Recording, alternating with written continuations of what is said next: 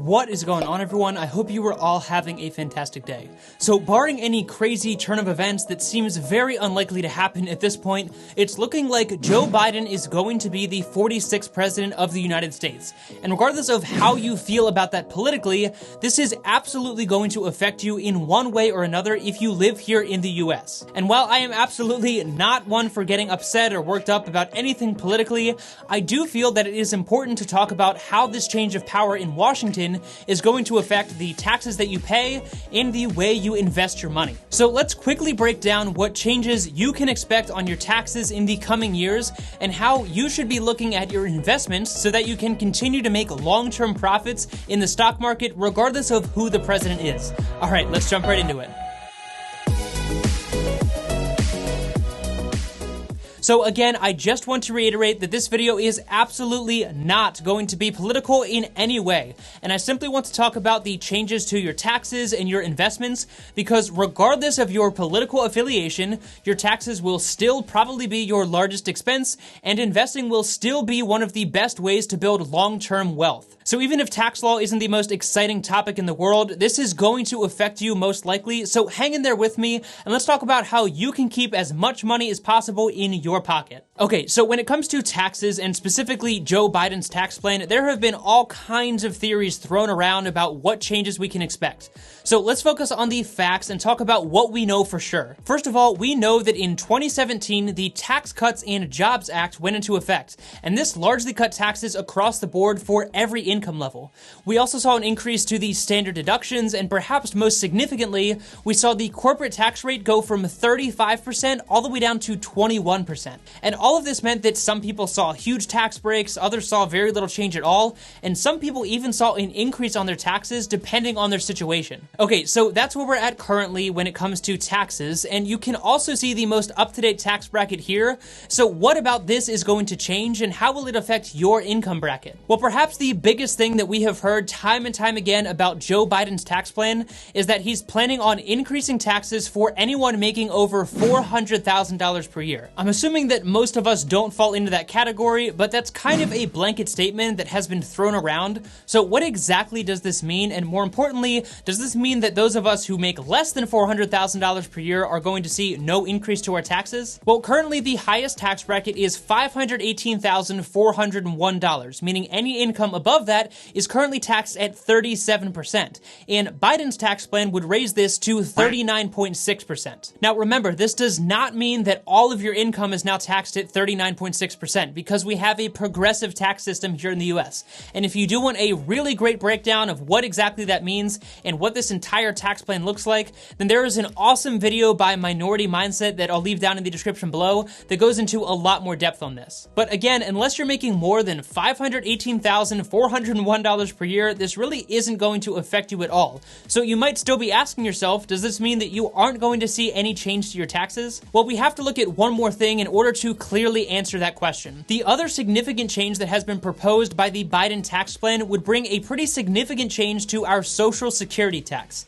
Now, if you're not aware, we currently pay a 12.4% Social Security tax and a 2.9% Medicare tax. And if you're employed, then your employer is responsible for covering half of that. And if you're self-employed, then you have to cover all of that tax yourself. So that's great and all, but the place that this gets really interesting is currently you do not have to pay Social Security tax on any income above $142,800 per year. But the Biden tax plan has proposed that this Social Security tax would be reapplied on any income above $400,000 per year. Now, I know that might be a little bit confusing, but in a nutshell, we all currently pay that flat rate on all of our income up to $142,800 per year.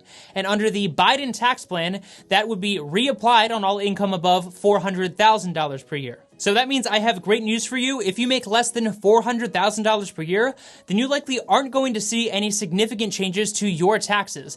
But that doesn't mean that this isn't going to affect you in any way. First of all, I think it's important to mention here that the current tax cuts that went into place in 2017 were designed to be temporary in the first place. And most of those cuts are going to end after December 31st, 2025. So while you might not see an increase to your taxes in the short term, ultimately several years from now, you are going to have higher taxes across the board. But the more timely way that this is going to affect you is actually through the likely changes to the corporate tax rate. Now, prior to 2017, the corporate tax rate was 35%, as I mentioned earlier, and the tax cuts in 2017 brought this all the way down to 21%. But the Biden tax plan would raise this back up to 28%. And the initial idea here of lowering the corporate tax rate is that companies would want to come back to the US or come to the US because they would pay lower taxes, and this would help bolster the economy by creating jobs and all of that good stuff. And all of that is great, but why in the world do you, as an everyday person, care about an increase to the corporate tax rate? Well, often what ends up happening when corporate tax rates go up is that this is actually just passed on to the consumer in the form of higher prices. So while this change to the corporate tax rate is not going to directly affect your own tax bill, it very well could increase the prices of goods on your everyday items. Now, the last way that the Biden tax plan could likely impact you significantly is the proposal to bring back the $15,000 home credit that we saw all the way back during the housing crisis in 2008. Now, if you're not familiar, basically the housing market crashed and the government offered up a $15,000 home credit, which is basically $15,000 off your taxes.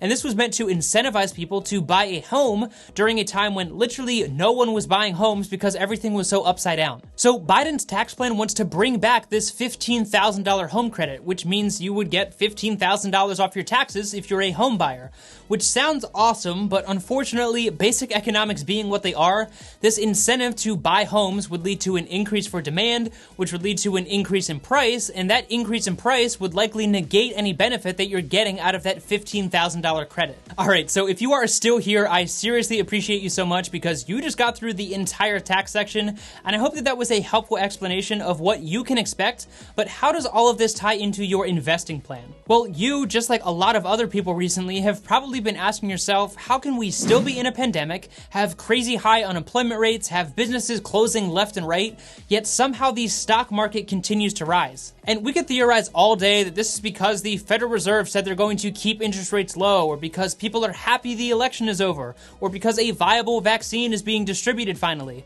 And all of these are viable explanations. However, in my opinion, it really comes down to two reasons. Number one, the stock market is not the economy. And number two, the stock market usually makes absolutely no sense in the short term, regardless of what is going on in the world. Yes, we might be in a pandemic and people might be losing their jobs and businesses might be closing, but that has to do with the economy, and the bottom 50% of wage earners here in the US own basically none of the stock market. So again, what's happening in the economy is not always a direct reflection on where the stock market is headed. But the more important point here is that the stock market almost never makes sense in the short term. So regardless of what may be going on around us and how your tax bill might be affected in the coming years, my suggestion to you when it comes to investing is to honestly just do exactly what you've been doing. That is assuming that you're already investing on a consistent basis, and if you aren't, then you should definitely start doing that. As I've said time and time again, invest consistently in a diversified portfolio and let that money grow for you over long periods of time. Trying to time things because of news going on around us or a change of power in Washington is not going to be an effective long-term investing plan. So your best bet is to just put your money in a diversified portfolio and let it go to work for you. And I will also mention here that if you want a completely hands-off approach to your investing that's going to give you a diversified portfolio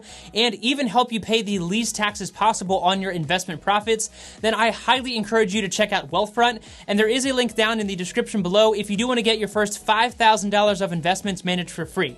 So if you do see value in that, then that link is down below for you, but if not, then that is completely okay as well. So I hope this video was helpful in giving you an idea of what changes you can expect not only to your taxes, but also how these changes will affect the prices on things around you. And while the continued climb in the stock market really makes absolutely no sense considering what's going on around us, it's because it really never makes sense at all. So I highly encourage you to continue investing for the long term, and don't let any short-term news affect your long-term financial goals. As always, if you did get value out of this video, it would mean a lot to me if you would hit the like button, subscribe to the channel, and share this video with someone who you think would get value out of this content as well. And as always, thank you so much for your time. I seriously do appreciate it so much. Take it easy, and I'll see you in the next one.